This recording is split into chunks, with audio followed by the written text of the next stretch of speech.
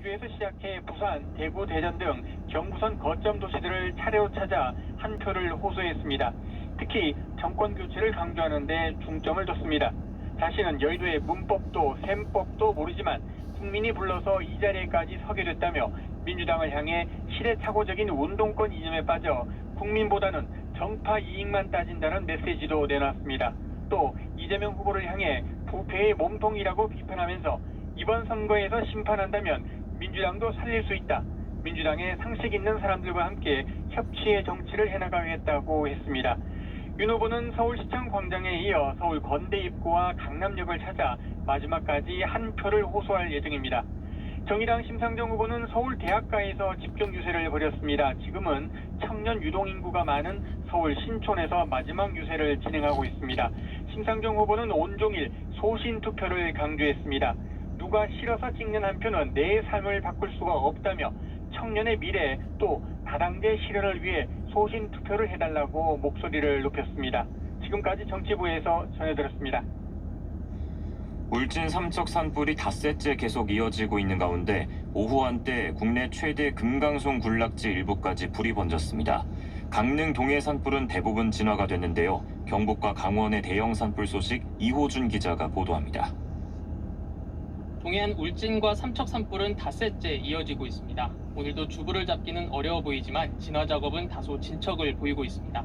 특히 금강송 군락지 주변으로 옮겨 붙었던 불은 거의 잡혔습니다. 최병암 산림청장은 금강송 군락지 경계 부근에서 거의 진화돼 핵심 군락지는 안전한 상태라고 밝혔습니다. 불이 옮겨 붙은 곳도 고사목 위주로 일부 타고 크게 확대되진 않아 큰 피해는 없는 것으로 예상했습니다. 진화 작업에는 헬기 80여 대와 인력 4천여 명을 투입하고 있습니다. 진화율은 65%입니다. 산림청은 당분간 건조한 대기 등으로 산불이 장기화될 수 있다고 보고 있습니다. 강릉 동해 산불은 진화율이 90% 수준으로 막바지 주불 진화 작업이 진행 중입니다. 또 강원도 영월 산불은 오늘 오전에 불이 잡혔습니다. 중앙재난안전대책본부가 집계한 지금까지 산림 피해 추정 면적은 모두 2만 1000여 헥타르입니다. 또 울진 270여 채 등 주택 349채가 전소 피해를 입은 것으로 집계됐습니다. KBS 뉴스 이호준입니다. 문재인 대통령이 경북 울진과 강원 삼척시에 이어 오늘 강원 강릉시와 동해시도 특별재난지역으로 선포했습니다. 이들 지역에는 시설 복구에 국비가 지원되고 피해 주민들은 생활안정지원금을 받을 수 있습니다. 김경진 기자의 보도입니다. 문재인 대통령이 대형 산불로 극심한 피해를 입은 강원도 강릉시와 동해시에 특별재난지역 선포를 제가했습니다. 이번 조치는 두 지역 산불 피해에 대한 수습과 복구 등 국가 차원의 지원을 하기 위한 것이라고 청와대는 설명했습니다. 앞서 문 대통령은 그제 경북 울진과 강원 삼척의 특별재난지역을 먼저 선포했습니다. 그러면서 강릉과 동해에 대해서도 특별재난지역 선포 여부를 검토하라고 지시했는데 이틀 만에 추가 선포가 이뤄졌습니다. 대형 산불로 인한 특별재난지역 선포는 2000년 동해안 산불과 2005년 양양 산불, 2019년 동해안 산불에 이어 올해가 4번째입니다. 특별재난지역으로 선포됨에 따라 정부는 이제 이들 지역에 대한 피해 조사를 한 뒤 복구 계획을 수립하게 됩니다. 또 사유시설에 대해선 복구비의 70%, 공공시설은 50%를 국비로 지원할 수 있게 됩니다. 이와 함께 피해 주민들은 생계 구호를 위한 생활안정지원금을 받을 수 있고 전기, 도시가스 요금 등 공공요금 감면 혜택도 주어집니다. 문 대통령은 또 이재민 주거지원과 함께 소상공인과 자영업자, 농민에 대한 금융지원과 영농지원을 신속하게 집행하라고 지시했습니다. KBS 뉴스 김경진입니다.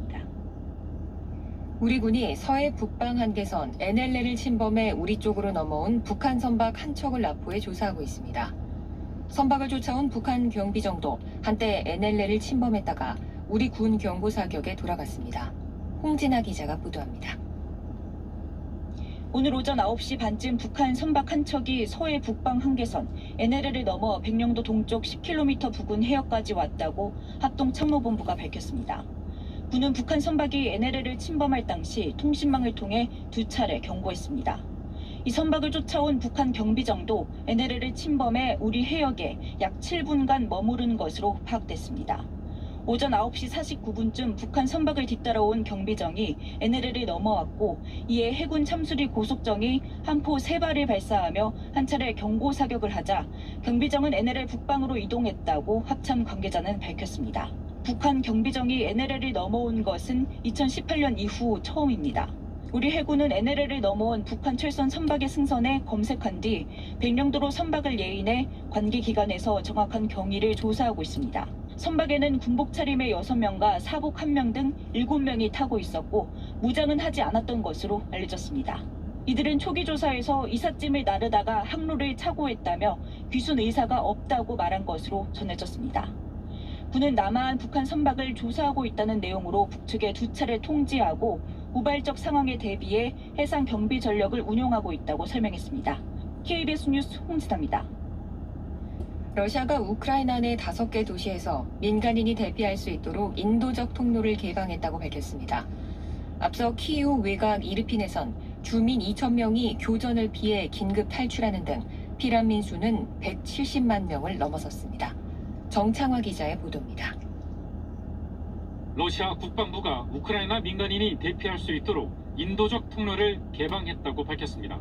수도 키이우와 제2의 도시 하르키우, 체르니히우, 마리우폴, 수미 등 5개 도시가 대상입니다. 우크라이나도 수미와 이르핀에서 민간인 대피가 시작됐다고 알렸습니다. 앞서 러시아군의 포격이 집중됐던 키이우 외곽도시 이르핀에선 주민 2,000명이 긴급 탈출했습니다. 우크라이나 측은 개전 후 12조 3천억 원에 이르는 기반시설 피해를 봤다고 밝혔습니다. 유엔은 어린이 27명을 포함해 민간인 406명이 숨졌고 170만여 명의 피난민이 발생했다고 추산했습니다. 러시아군이 대규모 지상군 투입 대신 전투기와 미사일 포격에 집중하는 사이 우크라이나 군과 민간인은 필사적으로 맞서고 있습니다. 포르셴코 전 대통령의 시민군 합류 소식이 알려지는가 하면 포로로 잡힌 러시아 전투기 조종사들의 모습이 SNS를 통해 공개되기도 했습니다. 우크라이나 국방부는 소장급인 러시아 군부 지도자가 하르키우 인근에서 벌어진 전투 중 사망했다고 주장하기도 했습니다. BBC는 이번 전쟁에서 러시아 장성급 인사가 전사한 것이 2번째라며 다만 이 주장을 검증할 수 없고 러시아 당국도 이를 확인해주지 않았다고 보도했습니다. 이런 가운데 러시아와 우크라이나 간 4차 협상이 곧 벨라루스에서 열릴 것으로 알려졌습니다. KBS 뉴스 정청화입니다. 코로나19 신규 확진자가 닷새째 20만 명대를 기록했습니다. 위중증 환자 수는 이미 1,000명을 넘어섰고 위중증 병상 가동률도 60%에 육박하고 있습니다. 정부는 의료 체계가 안정적인 수준이라면서도 임신부나 소아, 투석 환자 등을 위한 병상을 확충하며 유행 정점 대비에 나섰습니다. 보도에 이현정 기자입니다. 코로나19 신규 확진자가 오늘 0시 기준 20만 2,721명으로 집계됐습니다. 이는 한 주 전 같은 요일과 비교해 6만여 명 증가한 수치입니다. 재원 중 위중증 환자는 52명 늘어 1,007명입니다. 위중증 환자는 지난 1월 3일 1,015명을 기록한 뒤 다시 세 자릿수로 떨어졌다가 2달여 만에 다시 1,000명을 넘겼습니다. 사망자는 186명 늘어 누적 사망자는 9,282명을 기록했습니다. 재택 치료자는 116만 3천여 명입니다. 다만 누적 치명률은 0.19%를 기록해 오미크론이 완전히 우세종으로 대체한 뒤 치명률은 감소 추세를 보이고 있습니다. 하지만 중환자 병상 가동률이 59.6%에 이르면서 병상 운영